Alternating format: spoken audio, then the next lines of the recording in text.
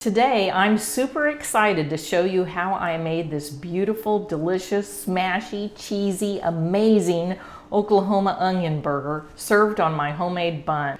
Truly one of the most delicious burgers you will ever taste. So grab your apron and let's start grilling. About an hour prior to prepping the burgers or cooking the burgers, you're going to want to start prepping the onions. And we'll need a lot of onions. I find that one medium onion is about right for 2 burgers. I always use white onions because yellow onions and red onions have a higher sugar content, so they'll burn super fast, and you don't want that.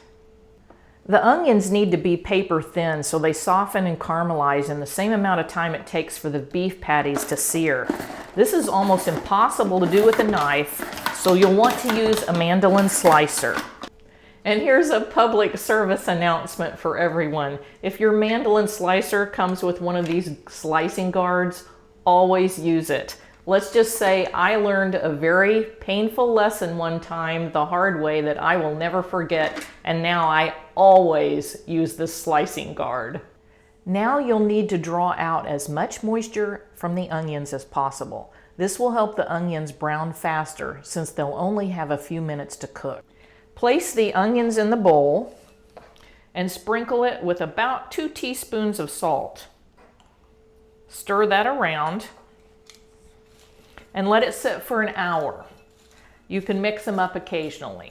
It's been about an hour. These onions have reduced down in size and they have let loose of a lot of liquid.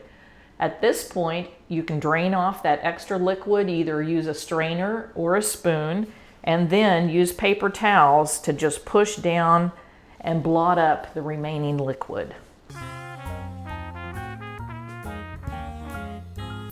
Today I'll be cooking the onion burgers on my grill, but you could also use a skillet on a stovetop if you wanted to. If you use a grill, you are going to need a griddle because we're going to be smashing those hamburger patties down onto that griddle. I'm preheating this. I want it to get to about 400 or 425 degrees on the griddle.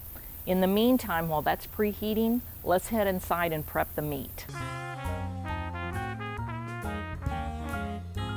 Form the hamburger into balls and place them on a tray. I form my balls about 4 ounces each. You don't want them to be huge because you are going to smash that meat down and you want it to cook evenly and quickly. I do use a kitchen scale for this. I got a scale only probably about 4 years ago, and I have been surprised how often I utilize it. Do you use a kitchen scale? Let me know in the comments. Once you start cooking these burgers, things move pretty quickly, so you want to have all your stuff ready to go before you start cooking. Toast your buns if you want them toasted. You need some slices of good old American cheese, and then whatever condiments you're going to be using. We love my homemade burger sauce on Oklahoma burgers. Well, we love it on any burgers for that matter. It's easy to make, it's super delicious, and we'll have a link at the end of this video. Also, you're going to want to gather your cooking utensils and additional ingredients. You're going to need a burger press or a sturdy spatula to smash that meat down. I like to use a burger press.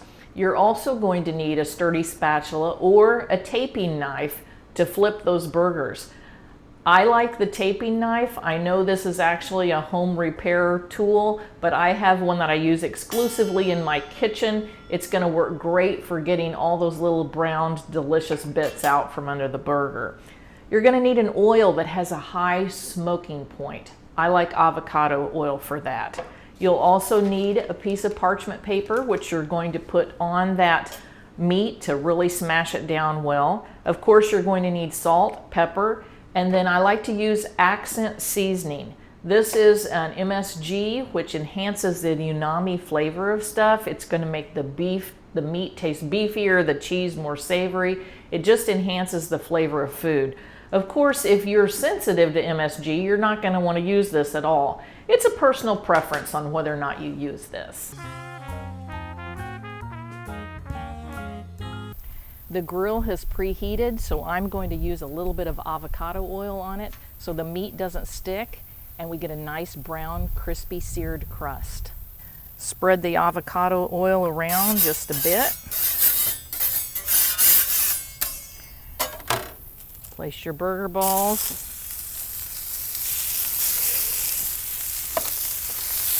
Use parchment paper. Smack them down. You want them at least less than a half an inch. 3/8 is even better.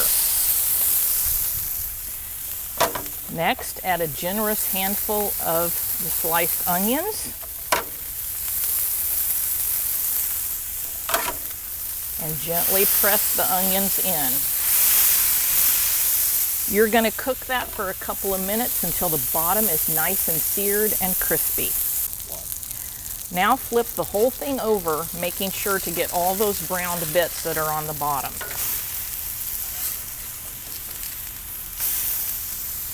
At this point, you're going to add the salt, pepper, and if you're using it, just a little bit of accent seasoning. Also at this point, add the sliced American cheese. We're going to cook it until it gets melty. When everything is cooked well and the cheese has melted, remove it to your prepared bun. This burger smells delicious. It looks fabulous. My mouth is already watering. For condiments, I serve this with my homemade burger sauce and nothing else. I think it is absolutely the perfect accompaniment for that. It does not overpower the onion or the taste of the meat. Have you ever eaten an Oklahoma onion burger or a fried onion burger? And if you have, what state were you in when you ate it? Let me know in the comments. That would be interesting to see everybody's answers. If you'd like to get videos and cooking tips on all kinds of great, delicious recipes, then I hope you'll subscribe to my channel. Hit that thumbs up button also while you're at it, and that bell so that you get notified every time we post a new video. By the way, I'm going to be serving this with my homemade baked beans. They are fabulous, and you can see the link to the recipe at the end of this video. Thank you for watching today, and we'll see you next time.